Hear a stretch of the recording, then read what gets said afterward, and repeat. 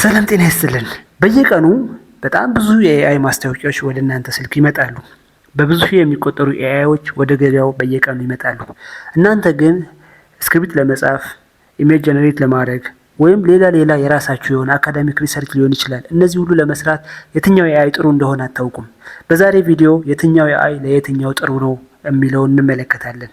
በመጀመሪያ ግን ለዚህ ቻናል አዲስ ከሆናችሁ ሰብስክራይብ ማድረግ እንዳይረሳ፣ እንዲሁም ቪዲዮ ለብዙ ሰው እንዲዳረስ እና የኔ ቻናል እንዲያድግ ደግሞ ላይክ በማድረግ ጀምሩ። ወደ እውነቱ ስንናገር ሁሉም ኤአይ ምርጥ የሚባል ነገር ብቻ የለውም። ሁሉም ኤአይ በራሱ የሆነ ስፔሲፊክ ጥሩ ነገር አለው፣ ደግሞ ደካማ ጎንም አለው። እንኳንና ይቅር ኤአይ ይህ ሰው የሰራው ወይ ደግሞ ሰው ሰራሽ አስተውሎት ተብሎ የሚታወቀው ኤአይ ይቅርና አንድ ሰው ራሱ በሁሉ ነገር ጎበዝ ወይ ደግሞ ጠንካራ ስትሮንግ አይደለም። ለምሳሌ ስነ ጽሁፍ ላይ ጎበዝ የሆነ ሰው የእጅ ስራ ላይ ወይ ደግሞ ጣውላ ስራ ላይ ጎበዝ ሊሆን አይችልም።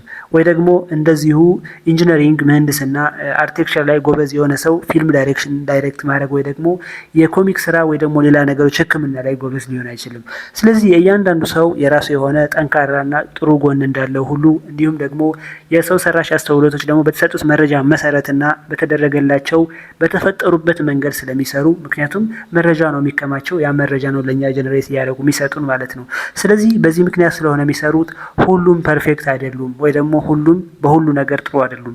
ስለዚህ እያንዳንዱ ኤአይ የትኛው ኤአይ ለየትኛው ፐርፐዝ ወይ ደግሞ ለየትኛው ስራ ጥሩ ነው የሚለውን ዛሬ እንመለከታለን። በዚህ ጉዳይ የምንመለከታቸው ዋና 5 ፖይንቶችን ነው የምነግራችሁ። የመጀመሪያው ኤአይ ብዙ ጊዜ የምንጠቀምበት ለምስል እና ግራፊክስ ዲዛይን ነው። ሁለተኛው ይዘትና የስክሪፕት ጽሁፍ ለማስተካከል ሊሆን ይችላል። ለምሳሌ ወርዶችን ለመቀያየር እንዲያሳምርልንና እንደዚሁ የስክሪፕት ጽሁፍ ወይ ደግሞ ይዘት ለምሳሌ ዩቲዩበሮች፣ ቲክቶከሮች፣ ኢንስታግራም እንዲህ ሶሻል ሚዲያ ሰዎች ይህንን ትጠቀሙበት አላችሁ። የኮንተንት ክሪኤሽን ወይ ደግሞ የስክሪፕት ጽሁፍ በተለይ ደግሞ ለዩቲዩብ አውቶሜሽን የምትጠቀሙ ሰዎች አላችሁ። ለራሳችሁ ለተለያየ ፐርፐዝ የምትጠቀሙ አላችሁ። ለዚህ ጥቅም የሚውል ነው። ሶስተኛው ቪዲዮ ጀነሬት ለማድረግ ነው። ብዙ ጊዜ የሆነ ነገር ቮይስ ኦቨር ሰርተን ቪዲዮ ያስፈልገናል ወይ ደግሞ ቱቶሪያል ለማስረዳት ቪዲዮ ያስፈልገናል እና ይህንን ቪዲዮ ጀነሬት ለማድረግ ራሳችን ሂደን ካሜራ ይዘን ከምንቀርጽ ኤአይ በቀላሉ ይሰጠናል። ስለዚህ ይህንን ደግሞ ቴክስት ሰተነው ቪዲዮ ጀነሬት እንዲያደርግልን የትኛው ኤአይ ጥሩ ነው የሚለውን ነው ከምንመለከተው በሶስተኛ ደረጃ ላይ። በአራተኛ ላይ ደረጃ ላይ ደግሞ ትምህርትና አካዳሚክ ስራ ነው። አካዳሚክ ወይ ደግሞ ዩኒቨርሲቲ ውስጥ ያላችሁ የግልም የመንግስትም ዩኒቨርሲቲ ሊሆን ይችላል ወይ ደግሞ በተለያየ አካዳሚክ የጸጉር ቤት ስልጠና ሊሆን ይችላል፣ የጣውላ ቤት ኤኒ የአካዳሚክ ወይ ደግሞ የሪሰርች ተኮር ደግሞ እንደዚህ የትምህርት ነክ ስራዎችን የምትጠቀሙበት ኤአይ በተወሰነ መንገድ ይፈቅዳል ማለት ነው። ይህንን ደግሞ ኤአይ ስትጠቀሙ ይህንን ተማሪዎች፣ የዩኒቨርሲቲ ተማሪዎች፣ የዩኒቨርሲቲ ማህበረሰብ አካላትና ሌሎች በሪሰርችና አካዳሚክ ስራ ያላችሁ ሰዎች ታዩታላችሁ። በአካዳሚክ ስራ የትኛው ኤአይ ጥሩ ነው የሚለውም እንመለከታለን። በሶስተኛ በመጨረሻ ደረጃ አምስተኛ ቱቶሪያል እና እንደዚሁም ደረጃ በደረጃ ሀውቱ የሚያሳይ ከቪዲዮ ጀነሬሽን ከሶስተኛው ጋር ይገናኛል ማለት ነው። ስለዚህ የመጀመሪያውን ጉዳይ ስንመለከት የምስልና ግራፊክስ ዲዛይን ይሆናል። እነዚህ አንድ ወሳኝ ነገር መረዳት አለብን እዚህ ጉዳይ ላይ። ቻትጂቲፒ፣ ጀሚናይ፣ ክላውድ ራሳቸው ምርጥ የሚባል ምስል ጀነሬተር አይደሉም። ነገር ግን በቻትጂቲፒ ውስጥ ጂቲፒ ኢሜጅ የሚባል አለ። በጀሚናይ ደግሞ ባናና ኢሜጅን የሚባል የኢሜጅ ጀነሬሽን አፕ ወይ ደግሞ ቱል አለ። ግን በእነዚህ ዋና ዝርዝር ስንመለከት በመጀመሪያ ደረጃ ማስቀምጠው ሚድ ጆርኒ የሚባል ነው። ይህ ለውበት ለአስቴቲክ እና ለፖስተር ለብራንድ ለኪነ ጥበብ ስራዎች በጣም ጥሩ የሚባል ነው። ነገር ግን ነፃ ቨርዥን የለውም። ወርሃዊ ክፍያ እስከ $10 ሊጠይቃችሁ ይችላል። ይህ ምንድነው? የመጽሐፍ ከቨር ብታሰሩ፣ ለምሳሌ ሶሻል ሚዲያችሁ ላይ ፖስተር በጣም የሚያምር ፖስተር ብታስቀምጡ፣ ለዩቲዩብ ከቨር ሊሆን ይችላል። የራሳችሁ ሶሻል ሚዲያ ፌስቡክ፣ ኢንስታግራም ምናምን እንደዚህ ሰዎች ድርጅታችሁ ለማስተዋወቅ ለሰው ከፍላችሁ ሎጎ ከምታሰሩ እና ደግሞ ለግራፊክስ ዲዛይነሮች እንደዚህ የመጽሐፍ ከቨር ምንም ከምታሰሩ ሚድጆርኒ ብትሞክሩ ታሪፍ ነው። $10 ነው። ይህ ማለት ደግሞ 1700፣ 1800፣ 1900 ብር ነው። በጣም በወር የምትከፍሉት ግን በጣም ብዙ ስራ ይሰራላችኋል። ይህም ደግሞ ለግሩፕ ለብዙ ሰው ናችሁ በአንድ ኢሜል መጠቀም ትችላላችሁ ማለት ነው። አንሊሚትድ ቨርዥኑ ይሰጣችኋል። ተጠቅሜዋለሁ፣ በጣም አሪፍ ነው። ሁለተኛው በዚህ የኢሜጅ ጀነሬሽን ጉዳይ የማየው ደግሞ ቻትጂቲፒ ነው። ቻትጂቲፒ በጣም ጽሁፍ ውስጥ ለማካተት ወይ ደግሞ ለፖስተር እና ለሌሎች ነገሮች ለማስተካከል በጣም ጥሩ ነው። ወይ ደግሞ እንደዚህ በድሮ ስልክ በሎው ኳሊቲ የተነሱ ፎቶዎችን 4K ደረጃ አድርጎ በጣም በጥራት ጥርት ያደርግላችኋል። ኢቭን እነዚህ ቪዲዮ ኤዲተሮች ከሚሰሩት በላይ በጣም ጥሩ አድርጎ ይሰራል ማለት ነው፣ ከሌሎች ሁሉ የተሻለ። እንደገና አብዛኛው ነፃ ቨርዥን አለው። የተወሰነ 5 ወይ 6 ፎቶዎች በቀን ጀነሬት እንድታደርጉ ይፈቅድላችኋል። ግን ምንድነው ቻትጂቲፒ ስትጠቀሙ አጠቃቀሙ ማወቅ አለባችሁ። በደንብ አድርጋችሁ በጽሁፍ ካልነገራችሁት በደንብ አድርጋችሁ አስተካክል ካላላችሁት የተበላሸ ሊያደርግባችሁ ይችላል። ስለዚህ ራሳችሁ እንደ ህፃን ልጅ ከሀስከፈ በጣም ረዥም ዝርዝር ትሰጡታላችሁ። ያንን ጽሁፍ ተከትሎ ያስተካክልላችኋል። ቻትጂፒቲ በሁለተኛ ደረጃ እመርጠዋለሁ። በተለይ ብር የሌላችሁ ሰዎች በነፃ መጠቀም ትችላላችሁ። ግን ገንዘብ ያላችሁና መክፈል የምትችሉ የተለያየ ፕሮፌሽናል የሆነ ነገር የምትፈልጉ ከሆነም ሚድጆርኒን ተጠቀሙ። ጀሚናይ በሶስተኛ ደረጃ ይቀመጣል። ግን ብዙም ለኢሜጅ ጀነሬሽን አልመርጠውም። ኢሜጅ ጀነሬሽኑ ጥራት የለውም። በጣም ሞክሬዋለሁ። ሌሎችም አሉ። እናንተ እስኪ የትኛው ይሻላችኋል? የራሳችሁ መምረጥ ትችላላችሁ። ሁለተኛው የይዘት ወይ ደግሞ የስክሪፕት ጽሁፍ ነው። ይህም ደግሞ ቻትጂፒቲ፣ ክላውድ እና ጀሚናይ በጣም ይዋጋሉ። ፉክክር አላት። ከባድ ፉክክር ውስጥ ነው ያሉት። ነገር ግን እነዚህ እያንዳንዱ ከምን አንግል ቢያሳስብ፣ ለምሳሌ ቻትጂፒቲ በጣም ተለዋዋጭ ነው።